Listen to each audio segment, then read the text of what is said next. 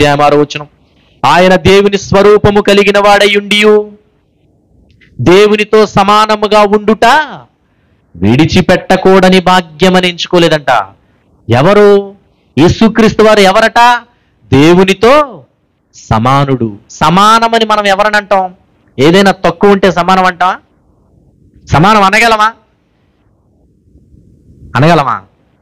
అనలేము. ఇదిగో నా దగ్గర ఒక ఫోన్ ఉంది, ఇది వివో Y75.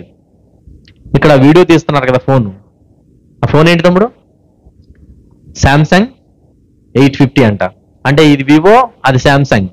ఈ రెండు ఒకటే అని అనగలమా? కాదు. ఇంకొక ఫోన్ తీసుకురావాలి. ఏ ఫోన్ తీసుకురావాలి? నా ఫోన్ లాంటిదే వివో Y75. అందులో కూడా 6GB ర్యామ్, 128 ఇంటర్నల్ మెమరీ ఉండాలి. ఇందులో కూడా 2 రకాల ఫోన్లు ఉన్నాయి. అంటే దీంట్లో మెమరీ కార్డు తక్కువ ఉంటుంది. మీకు అర్థం అవ్వాలంటే మెమరీ కార్డు తక్కువ ఉన్న ఫోన్లు కూడా ఉన్నాయి. సేమ్ యాస్టీజ్, కంపెనీ అదే, మోడల్ అదే, సేమ్ యాస్టీజ్ ఫోన్లు రెండు ఒకలాగే ఉంటాయి చూడటానికి, కానీ ఇంటర్నల్ మెమరీ మాత్రం తేడా ఉంటుంది. ఇప్పుడు రెండు ఒకటని అనగలమా? సేమ్ అని అనగలమా? కానీ యేసుక్రీస్తు విషయంలో ఏమంటాడు తెలుసా?